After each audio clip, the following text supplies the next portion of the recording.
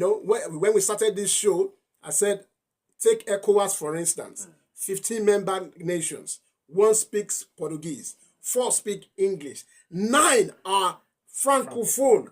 9, they are in the majority. You are not seeing it yet. They are in the majority. You think all I need is just English language and that suffice. I'm telling you, you are a local champion.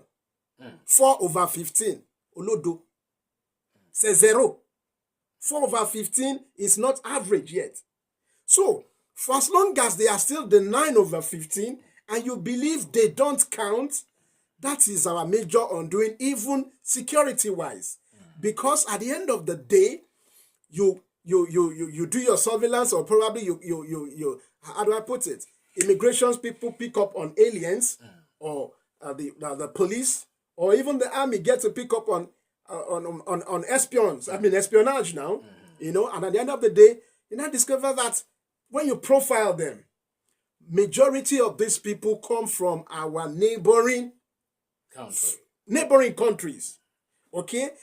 And that is, I don't want to take us into politics and international relations, but we may have to digress at some point.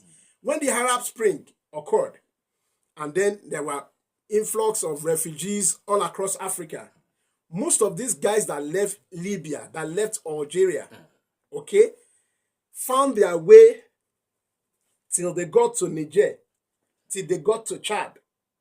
And these people some of these people are the folks who have, how do I put it, posing a security threat towards in Nigeria.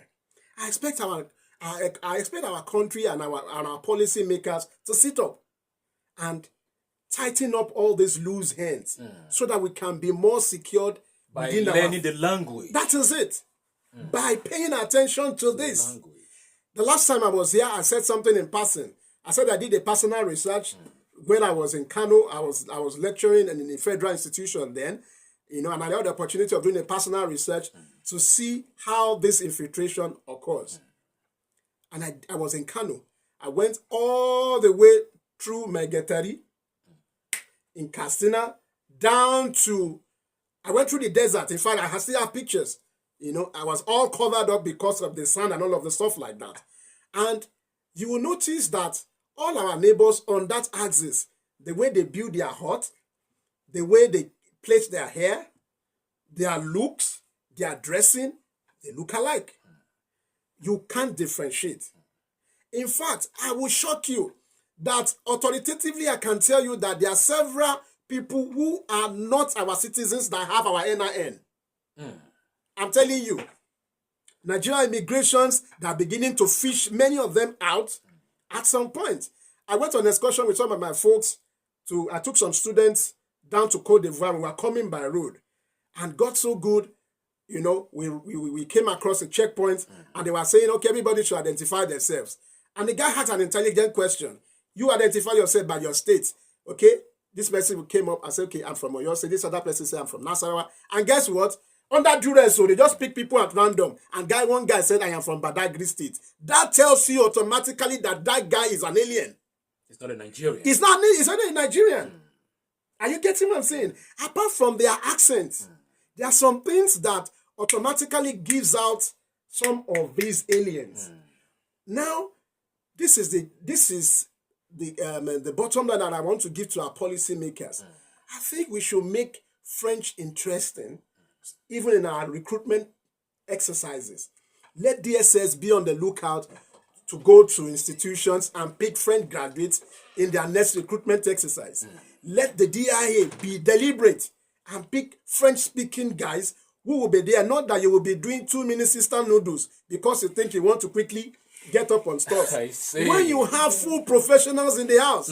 I am very passionate about this because I've experienced it before. I got to the final selection of a naval recruitment 1 year. And guess what? It's so funny and so sad. There are only 4. 1, 2, 3, 4.